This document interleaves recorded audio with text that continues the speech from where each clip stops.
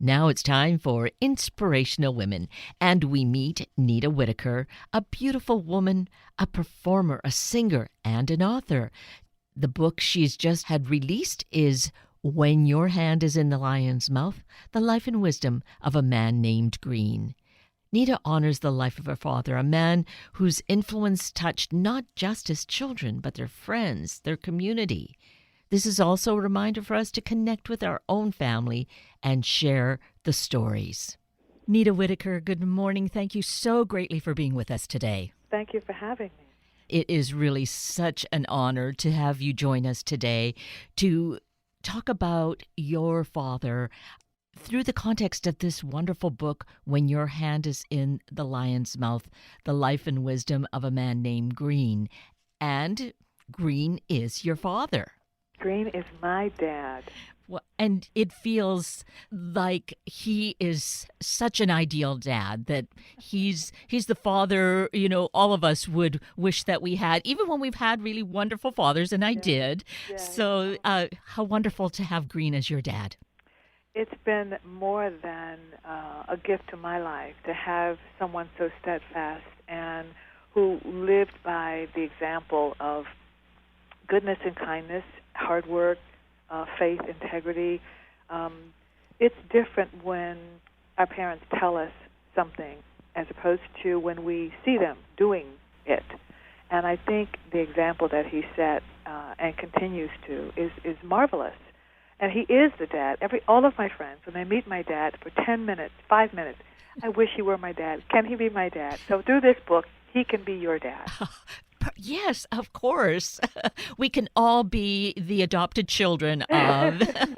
Yes. And our dads come in all shapes and sizes. And the thing is, they, just like any of us, are as perfect as we can be because we're all learning lessons. I feel, though, with the life that Green Whittaker has lived, it's just been amazing. I think trying to see this picture of the hand in the lion's mouth really speaks volumes because of his circumstances. And here we are. I'm going to say celebrating, and it is celebrating Juneteenth. The first time, by the way, that in the state of Washington, this is a holiday. Hooray! Yes. Hooray! Yes, with many celebrations planned. And yes, it is great that we're doing that. This goes back a century and a half, 1866, right? That's right. Right. Well, we know the Emancipation Proclamation was signed in 1863, but it wasn't in full effect.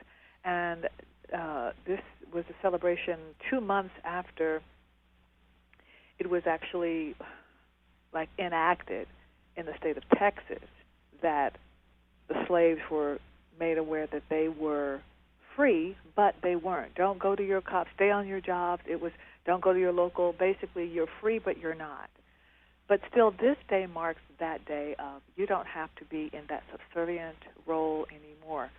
And it was unbanning the systems that had held them there for 400 years. So the bigger part of Juneteenth and what I choose to look at it is not just that day of you're free, the emancipation of people from the institutions of slavery, but it is also the celebration of the resilience of the black family, the celebration of the resilience of the black culture in America, and I think that's really important. And that Father's Day falls on this day, a day that we revere and honor the men who have loved us, schooled us, hopefully been good fathers to us. So the two of those coming together is really, I don't know if it's ever fallen on that day because it hasn't always been celebrated. It has in my dad's day. They had another name for it, which I don't think I could say on the radio when he was a little boy. And they would usually get the day off for the N-word day. But it is a different day today, and we celebrate the courage and the resilience and the fortitude of all those who came before us and those whose shoulders we stand on so that we can be where we are as a country, still flawed as we all are, but also the resilience of the black family and black culture in America. And your dad, Green Whittaker, certainly epitomizes that Well, just because, the color green means yeah, so much. It's the color of immortality. It's mm, the color of the heart chakra. And he has such a unique name, and he is as unique as his name in the way that he chose this divine path of growth in his own life for his part of the American dream. He just wanted to work, raise a family, do good in the world, get close to God, and he handed me that throughout my life, me and my siblings, all these lessons gained through worldly experience, gained through a life that he had lived and things that he had experienced. He was able to teach us so that we could know the road a little better. Yeah, did we still step in the potholes? Absolutely, because that's what to be human is all about, is to find your own path and go your own road. But I had such a wonderful guide, and this practical, it's not anything life-shattering. Sometimes it's just something that'll make you go, Sometimes it's just the stories that I've included in the book of his life and what he experienced going from being landowners to being sharecroppers, picking cotton when he was a very little boy, what that was like, to now, having a life where he can sleep in, and he's had a good life, and he made a good life for our family. And the other thing is, on Juneteenth, for Father's Day, we don't hear enough stories of good black fathers. We don't see them in our media. We don't read about them. That's the other reason I wanted to put his name, his experience, his lessons into the lexicon, because we need to hear and see these beautiful, not stereotypes, but beautiful fathers who show up at their daughters' plays. And my dad hasn't missed a thing that I've done. Growing up, he was at every parent-teacher meeting. If I had 2 lines in a play, and he was working sometimes 5 jobs, he was there. And he let me know he was there by clearing his throat. And that would be all I needed. That would be if I was having a performance, my daddy was right there. And so I'm really blessed. I know every child doesn't get that. I had the gift of a great dad. And I want to throw him into the lexicon of when we're celebrating dads. We don't hear enough about great black fathers. They're out there. We just don't hear about them. So I'm telling you the story of this one, my dad, who happens to be named Green, who could be tall as a mountain or big as a mountain or tall as a tree. Is that what Kermit the Frog said? yes. And as broad, being green, being as broad as the fields. That's right. That's right.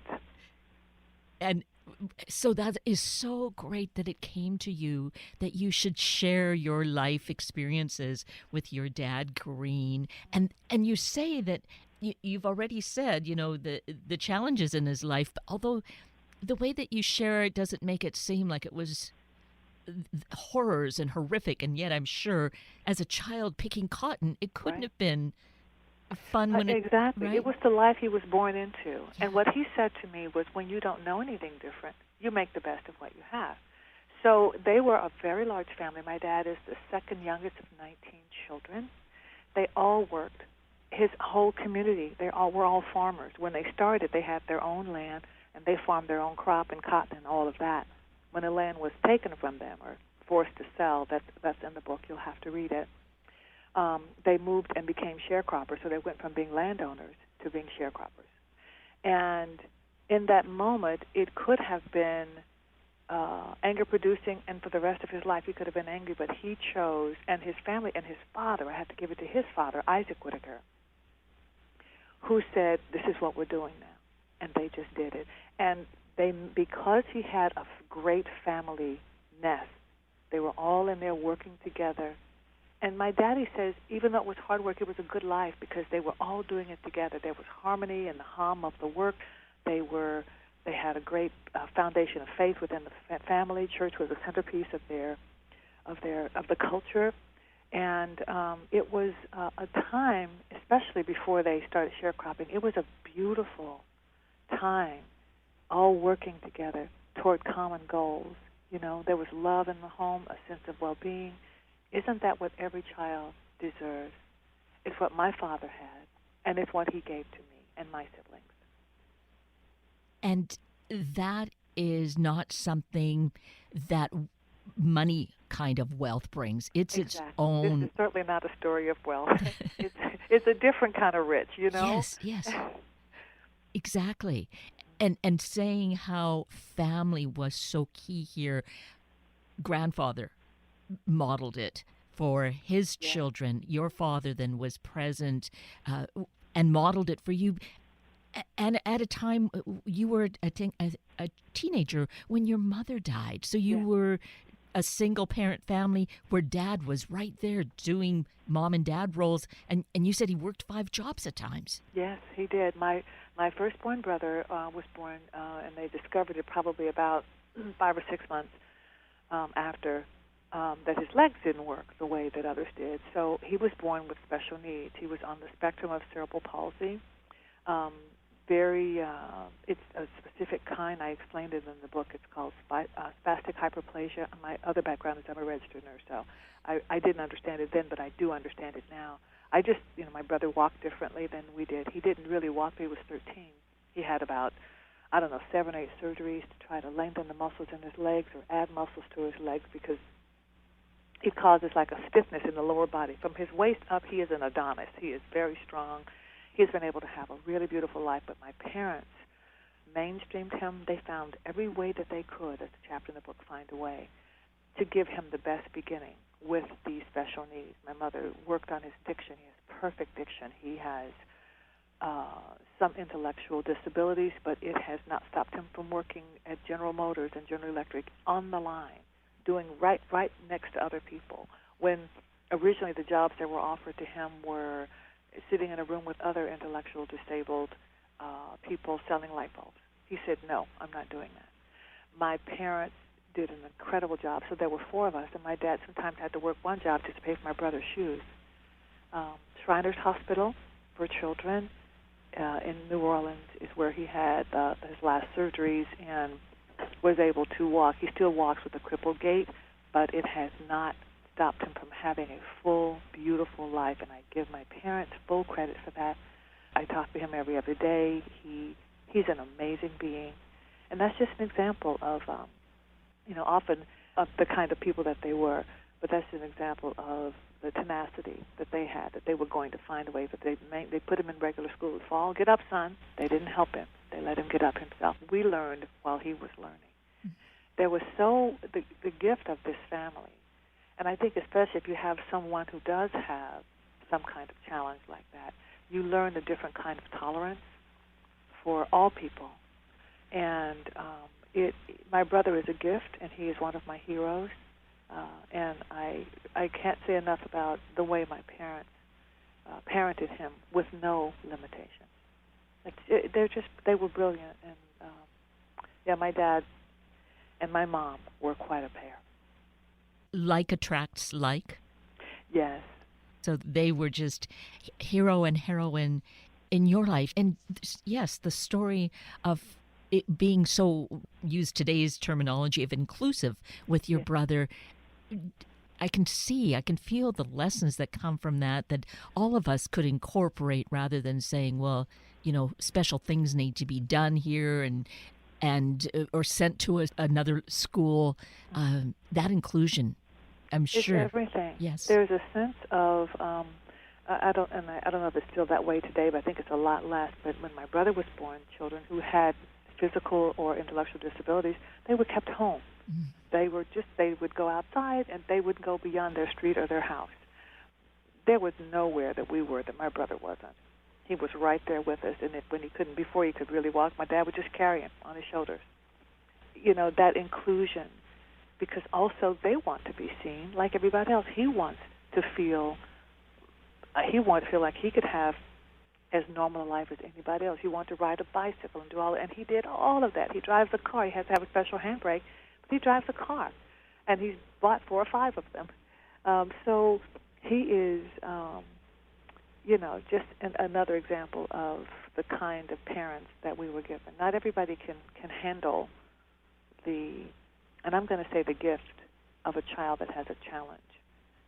You have to rise to it in a different way. And I just quietly, I'm the youngest of the family, I was just watching and learning.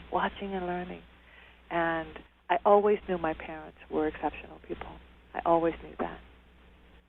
That's why this book is just such a gift to all of us. We don't need a how-to manual. Just reading these stories, I think it's the old way the Hasidic Jews taught was by sharing stories. We take from it what applies, Absolutely. right? Yeah. That's so true. And I think, my dad is the portal to his large Louisiana family, and once he is no longer with us, which we hope won't be for several years, those stories, where do they go? And I wanted to preserve them for myself, for my daughters, for my future grandchildren, and for the world to know, every life is a story. Your life, your parent, every life is a story, and sometimes it comes with, and that's our life wasn't perfect. I'm not, my dad, a perfect man, absolutely not. But it's more of a sharing and a revelation of the good that he is, and a celebration of that, in particular on Father's Day and Juneteenth. And it's interesting when you say he wasn't a perfect man. It wasn't perfect. However, maybe it's a different word we need then, like that lessons were learned so we could become the best we could be. That he certainly became the best he could be, and Absolutely. right, and passing Absolutely. it on for further generations. So we're creating such a better place for the world to be. Absolutely. There are choices in life that can make you bitter or better. It's a choice. He chose better. And that's how the center of Dad is joy. And that comes from his faith. He has had an unwavering connection and faith with God. It is, I have chills when I talk about it, because I have not known one night that my dad hasn't had prayer time by himself. He said, I'm going to spend some time with the Lord. He goes in his room, and until he had 2 knee replacements, and until the first one he didn't get full range of motion, but before that he was on his knees, and that was till he was 70, every night. To this day, he will sit at the side of the bed. He keeps his Bible there. It is his time to stay connected, and he is one of my prayer partners. He's one of my prayer warriors. He got me through when I was widowed in 2008, because he had walked the same path. He was the one I turned to. Dad, how did you do it? He would just give me the right word, the right phrase, the right sentence. Honey, read this scripture, and just he said, keep getting up. That's the chapter. Keep getting up. Because, grief makes you want to not get up. And his encouragement and his knowingness, because of our parallel shared experience, really helped pull me and my kids up and through our lives. And you had witnessed his doing that as you were growing up, because you lost your mother when you were young.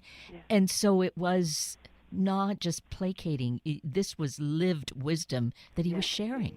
Yes, it's an experiential kind of wisdom, which is the best kind. There's all kinds of wisdom you get from reading a book or learning it in the classroom. But experiential wisdom is the greatest kind of wisdom, because it really comes from that learned experience. And he has so much of that to share from his 96-year perspective. But all along, he's always been a teacher. He's always been a gentle teacher, not one that forces it. He just kind of shows you and lives it, and may throw you a little nugget now and again. And you go, oh, got it, Dad. Yeah. And a blessing. He's in his 97th year. He's 96 now, which is so wonderful to have lived this life and to be continuing to share the wisdom and share these stories so that you could then chronicle them so that we can all learn from them. Because I think about how with the life that he has lived, and he then said, you share with us in the book how he says that we're not defined by what happened to us. Yes. Right. It doesn't matter your circumstance. You can be better than whatever happened to you. That was a big lesson, and I think it's something we all need to hear, something that I certainly learned from and used in my life to keep me moving forward. If you want something, you just go for it, and you work for it, and hopefully the doors will open up, but there's a tenacity that has to be built in you, a fire in you. It can't come from outside of you. It has to come from within you. But he just kept living that, and we all, my pastor said something really profound once. He said some things are caught and some things are taught. And so I caught a lot of things, but I also was taught a lot of things. And I had a great teacher in my dad.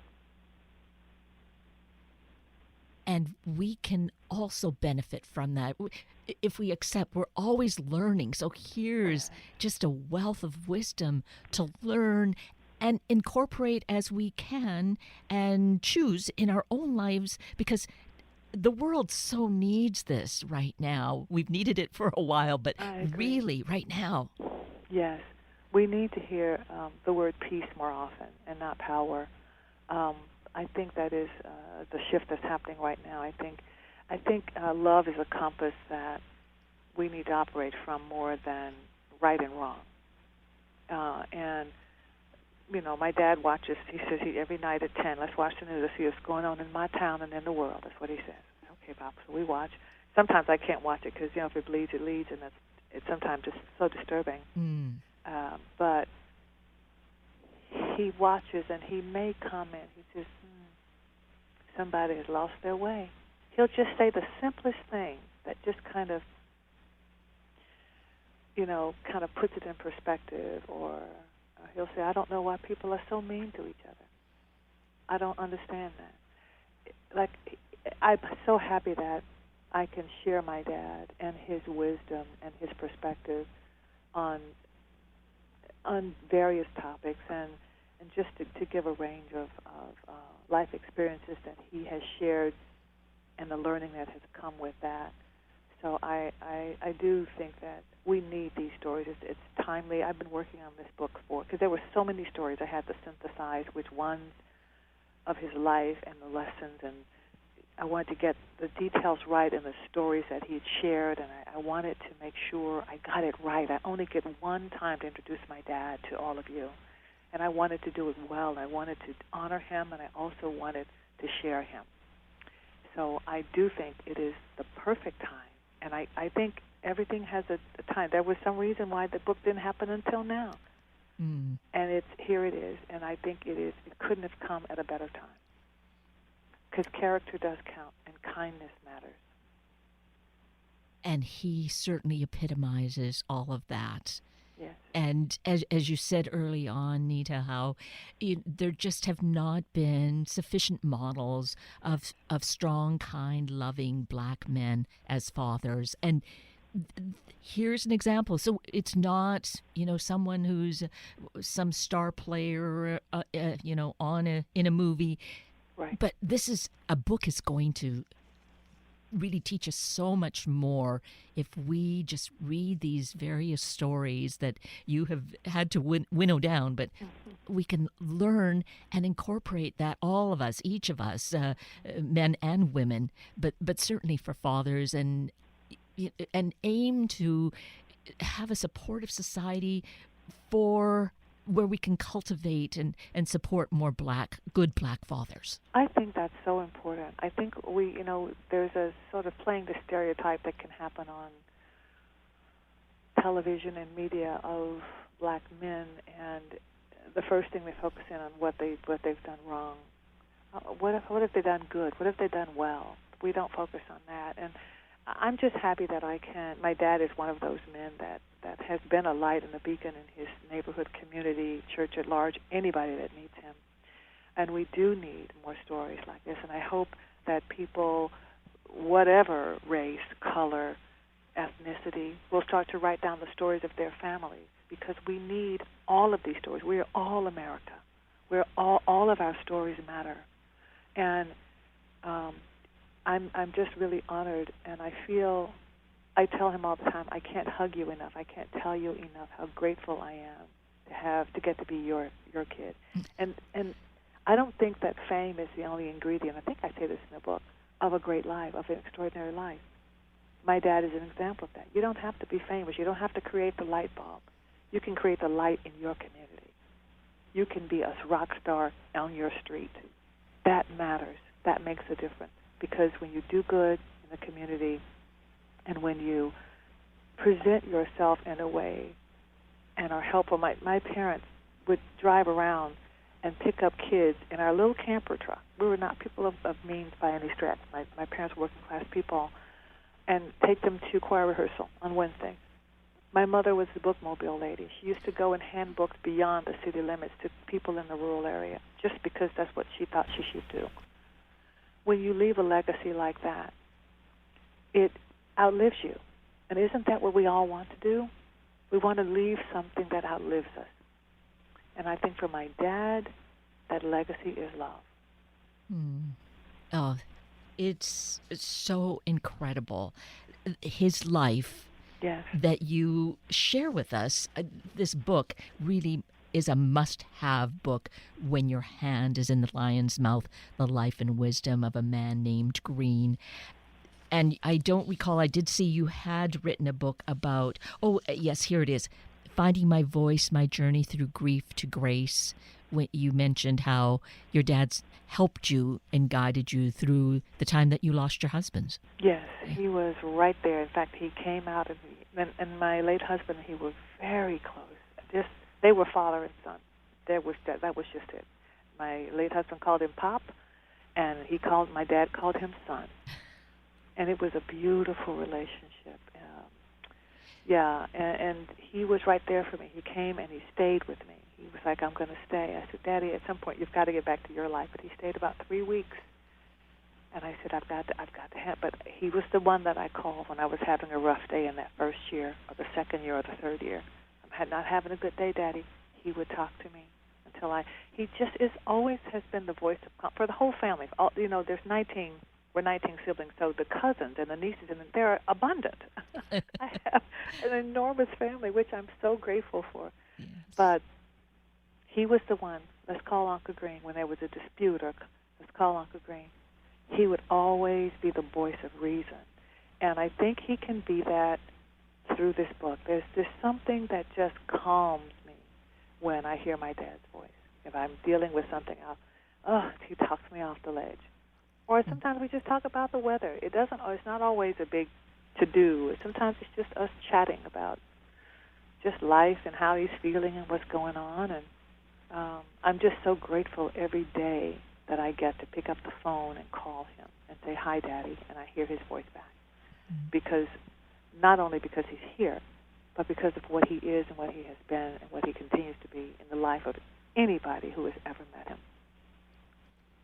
And that is the kind of gift we want to share with listeners, with everyone, to incorporate that into our own lives.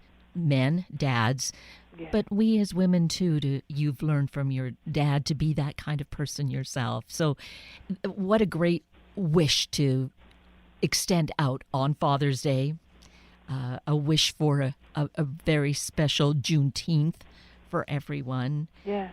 And Nita Whittaker, I'm just so grateful. We never got to really talk about you and all that you have done in your life. But I think if people pick up the book and read about you, they'll see too what a great man your father was and what he nurtured for you to become. Thank you so much. Thank you. And it is a father-daughter memoir. There are stories in my life that I directly called on him, or he was there, and he has been that bedrock. So it is a sharing of both of our lives, but the way that they are intertwined.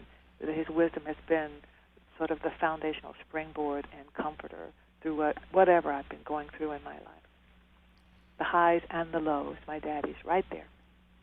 Thank you for taking the time to share my book with your listeners, and I hope that they will get it and read it and enjoy it and get to know and have a piece of my dad. Absolutely. It's the best gift if we're thinking of a gift for any occasion, really. Baby gifts.